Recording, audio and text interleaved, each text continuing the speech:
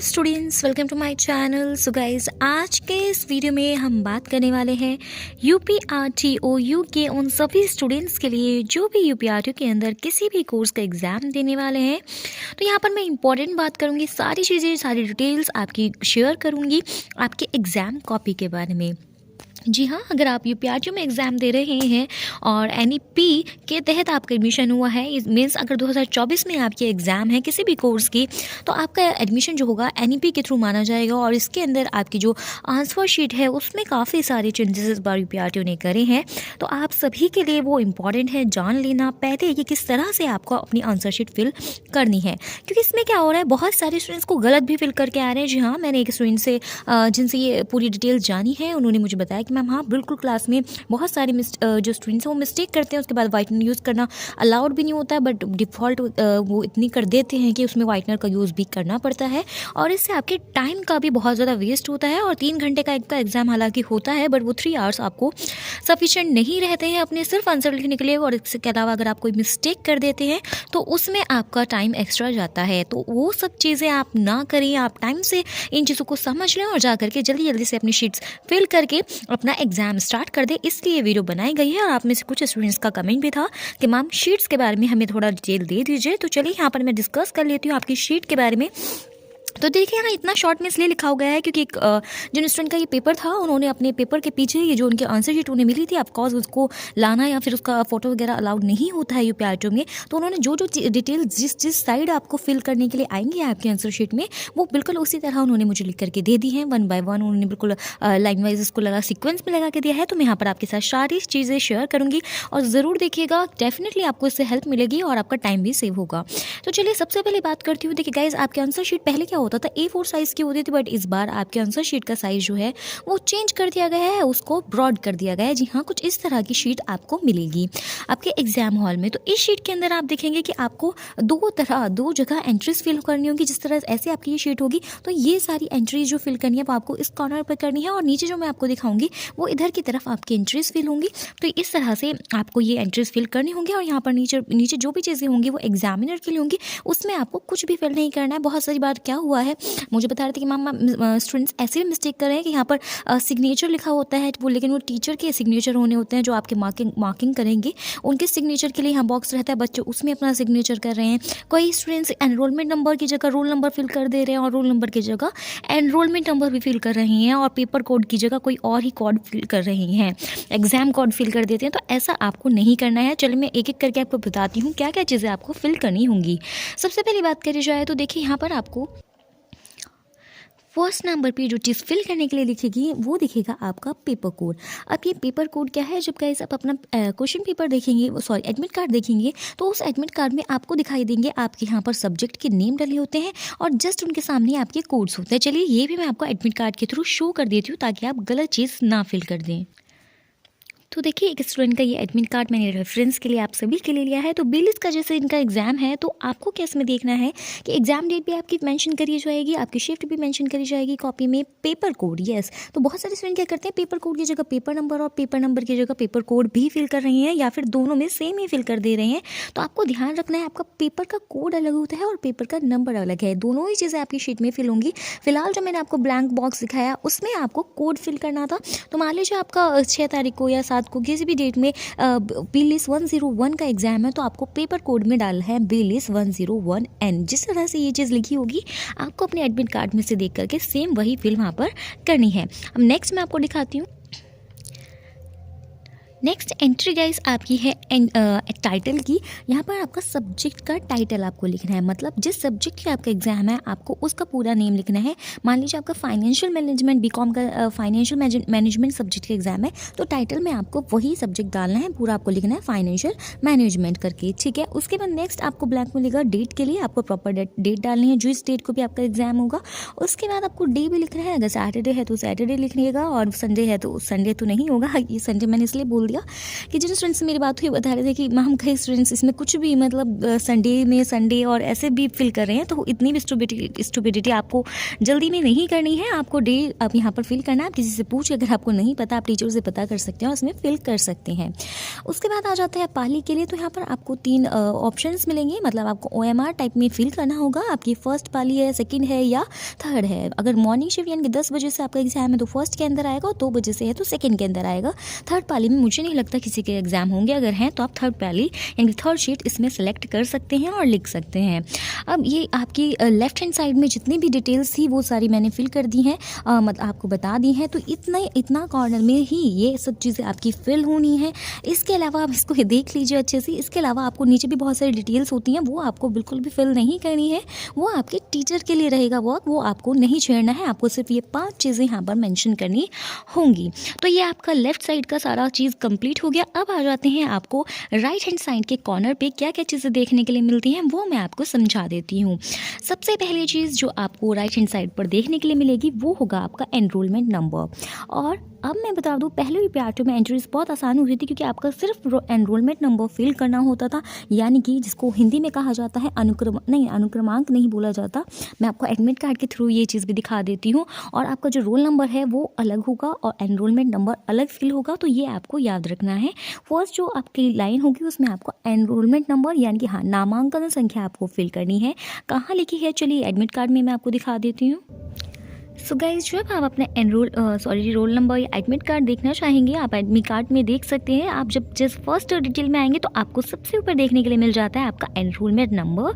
तो नामांकन संख्या में आपको यही एनरोलमेंट नंबर फिल करना है। उसके जस्ट नीचे आपको देखने के लिए मिलेगा आपका रोल नंबर। तो ये दोनों चीज़ें आपको ध्यान से भरनी है अपनी अलग अलग सेपरेट बॉक्सेस में। तो मैंने आपको एनरोलमेंट नंबर रोल नंबर बता दिया। फर्स्ट जो आपका एडमिट कार्ड में सबसे पहली चीज़ आपका एनरोलमेंट नंबर नामांकन संख्या ही दी होगी, तो वो यहाँ पर फिल होगी। और ये बड़ा सा कोड होगा, ये छोटा सा कोड नहीं होगा, यानी कि एनरोलमेंट नंबर काफ़ी बड़ा होता है यूपीआरटी का आपका और रोल नंबर के कंपैरिजन में। पहले रोल नंबर होते ही नहीं थे, इसी बार NEP के थ्रू ये दिए गए हैं, तो आपको इनको ध्यान से फिल करना है। और फिल करने के लिए एनरोलमेंट नंबर जब आप इसमें फिल कर देंगे, डिजिट्स मान लीजिए 3, 1, 2, 6, इस तरह से आपने अपना पूरा एनरोलमेंट नंबर फिल कर दिया। उसके बाद आपको उसे शब्दों में लिखना है, यानी कि यहाँ लिखा होगा नामांकन संख्या सब शब्दों में, यानी कि यही जैसे 3 है आपको। अब कुछ स्टूडेंट्स क्या करते हैं, इसको 3 लाख या करोड़ में ऐसे काउंट करने लग जाएंगे। आपको ऐसा नहीं करना है, आपको डिजिट बाय डिजिट इसमें फिल करना है। जैसे 3 लिखा गया है तो आपको यहाँ प्रॉपरली 3 लिखना है, 1 है तो ONE 1 लिखना है। इस तरह से सारे वर्ड्स को हिंदी या इंग्लिश जैसी लैंग्वेज आप चाहें उसमें इसको फिल कर सकते हैं। तो ये चीज़ आपको समझ आई होंगी। आगे चलते अगेन आपको यहाँ पर इधर की साइड भी डेट एंड टाइम को फिल करना होगा। आप जिस दिन आपका एग्जाम है वो डेट आप डालेंगे, जिस टाइमिंग से है उस टाइमिंग में आप यहाँ पर फिल करेंगे। यहाँ पर आपको चॉइस नहीं मिलेगी, आपको प्रॉपर लिखना होगा 10 से 1 बजे तक या 2 से 5 बजे तक, इस तरीके से आपको वहाँ मेंशन करना होगा। उसके बाद पाली यहाँ पर आप खुद से लिखेंगे कि पाली आपकी फर्स्ट शिफ्ट है, सेकंड शिफ्ट है या थर्ड शिफ्ट है। ठीक है, ये चीज़ें क्लियर हुई। अब आ जाते हैं आपके रोल नंबर पे। तो देखिए इसके बाद इन तीनों चारों चीज़ों को फिल करने के बाद नीचे की साइड आपका यहाँ पर दिया हुआ है रोल नंबर। और बिल्कुल मैंने इसको देखो आपको बिल्कुल सीरियल वाइज लगाया गया है, जो चीज़ें पहले आती हैं वो पहले ही यहाँ पर लगाई गई हैं। यहाँ पर रोल नंबर यानी कि आपका अनुक्रमांक संख्या इसे कहा जाता है। और यहाँ पर रोल नंबर को आपको लिखना भी होगा प्रॉपरली, और यहाँ पर आपको नीचे उसको OMR के अंदर फिल भी करना होगा। जी हाँ, आपको यहाँ पर OMR के बबल्स भी मिलेंगे और आपको यहाँ पर रिटर्न भी करना होगा। तो रोल नंबर अपने जो एनरोलमेंट नंबर मैंने आपको एडमिट कार्ड में दिखाया उसी के जस्ट नीचे आपका रोल नंबर है, वो आप यहाँ फिल करिएगा। और इन बॉक्सेस को बिल्कुल ध्यान से फिल करिएगा, गलत मत करिएगा। आपको याद रखना है आपका ये जो बॉक्स है OMR जो है वो 0 से स्टार्ट होती है, उसके बाद 1 आता है और उसके बाद 2 आता है। कई स्टूडेंट्स क्या करते हैं 1 और 2 जल्दी में ऐसे सेकंड वाला फिल कर दिया, तो ऐसा नहीं करिएगा। ध्यान से सेकंड के ऊपर ही आपको फिल करना है। यहाँ थर्ड है तो थर्ड के ऊपर ही आपको फिल करना है, यानी कि बबल करना है। उसके बाद जब आपका रोल नंबर हो जाता है तो आपकी कुछ लास्ट चीज़ें बचती हैं, जिसमें आ जाता है आपके कोड का नेम। कोड का नेम का क्या है, जो मैंने आपको अभी ऊपर उधर दिखाया था एडमिट कार्ड में, तो 2 चीज़ें होती हैं, एक होता है कोड नंबर और दूसरा था कोड का नेम। अब इसमें क्या आएगा, इसमें आएगा नेम वाला सेक्शन, जैसे कि था स्टूडेंट का एग्जाम था बी लिस्ट आपका 105, तो यहाँ पर 105 का है, 102 का है, ये वाला जो कोड होगा वो आपको फिल करना है। अगर आपका बी कॉम का एग्जाम है तो आप इसमें लिखेंगे बी कॉम, अगर 01 है तो 01 डालिएगा, 02 है तो 02, कोई वर्ड है उसके लिए स्पेशलिटी एन या पी या कुछ भी लिखा हुआ तो वो आप यहाँ पर कोड नेम में फिल कर देंगे। उसके बाद आ जाती है नेक्स्ट लास्ट चीज़ है आपके सामने, यहाँ पर दो चीज़ें आपको साइड बाय साइड देखने के लिए मिलेंगी। आपको प्रश्न पत्र का नंबर और परीक्षा केंद्र का कोड आपका डालना होगा, और ये एस दो कोड यहाँ पर डालेंगे। यहाँ पर भी देखिए, एक तो आपका स्टडी सेंटर का कोड, यहाँ पर ये एस का मतलब है स्टडी सेंटर का कोड, और एक इधर की साइड कोड डलेगा जो होगा आपका जो आपका एग्ज़ाम सेंटर है उसका कोड आपका डलेगा, जहाँ पर आपका एग्ज़ाम सेंटर पड़ा है। तो दोनों डिफरेंट होते हैं और ये दोनों ही आपको आपके एडमिट कार्ड में देखने के लिए मिल जाएंगे। आपको ये दोनों को अलग अलग फिल करना होगा। यहाँ पर बात करी जा रही है प्रश्न पत्र नंबर की, मतलब कौन से नंबर का एग्ज़ाम आपका होगा। चलिए ये बहुत इंपॉर्टेंट है, ये भी मैं आपको दिखा देती हूँ कि क्या कई सारे स्टूडेंट्स ऐसे देख रहे हैं कि अगर बी लिस्ट 101 का एग्जाम है तो वो इसमें 101 फिल कर देते हैं। नहीं, ये प्रश्न पत्र नंबर नहीं है, मैं आपको शो करती हूँ।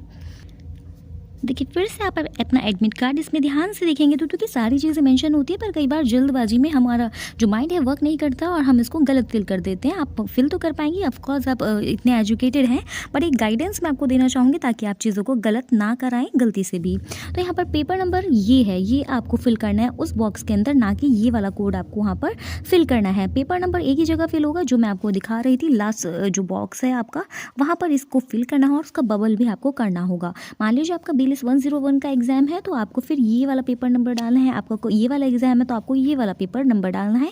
ऐसे ही डे बाय डे आपको ये नंबर आपके चेंज होते रहेंगे और आपको इस बिल्कुल कॉन्शियस होकर के फिल करने हैं। तो आई होप प्रश्न पत्र नंबर यानी कि पेपर नंबर आपको क्लियरली पता लग गया होगा। तो इस तरह से आप उसमें जो भी आपका प्रश्न पत्र नंबर होगा वो पूरा प्रॉपर लिख देंगे। कई बार इसमें बॉक्सेस खाली भी रह जाते हैं तो उसके लिए आपको परेशान नहीं होना है। जितना बड़ा आपका प्रश्न पत्र नंबर है आपको उतना ही फिल करना है, और फिर नीचे इसमें आपको बबल देखने के लिए मिलेंगे तो उन बबल्स को भी आपको प्रश्न पत्र नंबर के लिए भी फिल करना होगा।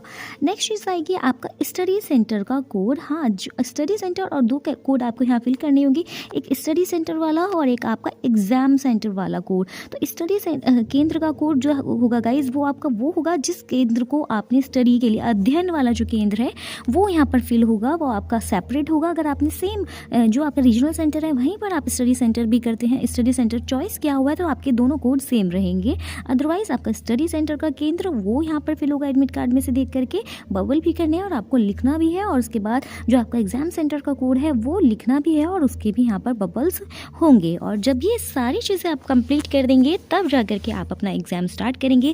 फिर आपके टीचर जो एग्जामिनर है वो उसको वेरीफाई करेगा, आपके एडमिट कार्ड से मैच करेगा सारी चीज़ों को, और अगर आप गलत कर देते हैं तो वो दो चार बातें आपको बोल भी देते हैं और फिर आपका टाइम भी वेस्ट होता है। तो ऐसे मिस्टेक्स ना करें, बिल्कुल एक एक पॉइंट मैंने आपको यहाँ पर बता दिया है कितनी चीज़ें आपको फिल करनी है, और इसमें बहुत सारी पॉइंट जो है आपकी कॉपी में चेंज करे गए हैं। तो जब आप फर्स्ट पेज खोलेंगे तो पीछे बहुत सारी इंस्ट्रक्शंस मिली गई हैं, लिखी गई हैं आप लोगों के लिए आपके आंसर शीट में, उनको उनसे कोई लेना देना नहीं है आपका। हालांकि उसमें ये लिखा गया है, एक इंपॉर्टेंट बात बता देती हूँ, ये क्वेश्चन जैसे आपने एक पेज पर लिख दिया है पूरा उसका आंसर, तो अगर आपका आंसर यहाँ खत्म होता है यानी कि 2 या 4 लाइन यहाँ पर रह जाती हैं तो आपको वहाँ से स्टार्ट अपना आंसर नहीं करना है, आप उसको नेक्स्ट पेज से स्टार्ट करें। और ये कॉमन सेंस वाली बात है, आप 2 पेज के लिए यहाँ पर नेक्स्ट क्वेश्चन स्टार्ट नहीं करेंगे, आप नेक्स्ट पेज से उसको स्टार्ट करेंगे। कोई भी पेज आपको ब्लैंक नहीं छोड़ना है कि अगर आपने मतलब आपने सोचा कि इसको बाद में कर देंगे फिल और आपने ब्लैंक छोड़ दिया, नई शीट आप लेना चाह रहे नई शीट। हाँ देखिए, आपको इस बार कॉपीज़ नहीं मिलने वाली, कोई भी स्टडी सेंटर आपको कॉपी मतलब जो आपका सेंटर रहेगा एग्जाम सेंटर वहाँ पर कोई भी एक्स्ट्रा शीट वो लोग नहीं देने वाले हैं आपकी कॉपी। इससे पहले जो मैंने वीडियो बताई है देखिए उसमें बहुत सारी आपके एग्जाम में जो चेंजेस करे गए हैं उससे रिलेटेड बातें मैंने शेयर कर दी हैं, उसको ज़रूर रेफर कर लीजिएगा एक बार एग्जाम में जाने से पहले। डेफिनेटली उससे भी आपकी बहुत ज़्यादा हेल्प होगी, आपको टाइम सेविंग में मदद मिलेगी। कुछ चीज़ें बताई गई हैं उसमें, और 22 पेज की आपकी कॉपी है, मैंने कंफर्म किया था। 22 पेज हो गए हैं, पहले 30 के अराउंड आपके पेजेस कॉपी में आते थे तो स्टूडेंट से फिल भी नहीं होते थे और काफ़ी स्टूडेंट्स को फिल भी करके आते थे। तो अब इस बार आपको वर्ड लिमिट का अच्छे से ध्यान रखना है, 22 पेजेस की कॉपी हो गई है तो इस बात का भी आपको ध्यान रखना होगा कि कैसे आप उसको मैनेज करते हैं। अपने टाइम को बिल्कुल मैनेज करके अपने आंसर्स को लिखिएगा कि आपका टाइम कम ना पड़े। तो गाइज़ ये सारी टिप्स है आपके लिए, और ये आपकी कॉपी का मैंने सब चीज़ें शेयर करी।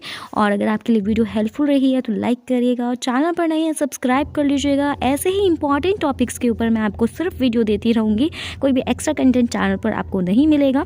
तो मिलती हूँ ऐसे ही इंपॉर्टेंट टॉपिक के साथ नेक्स्ट वीडियो में। Bye bye.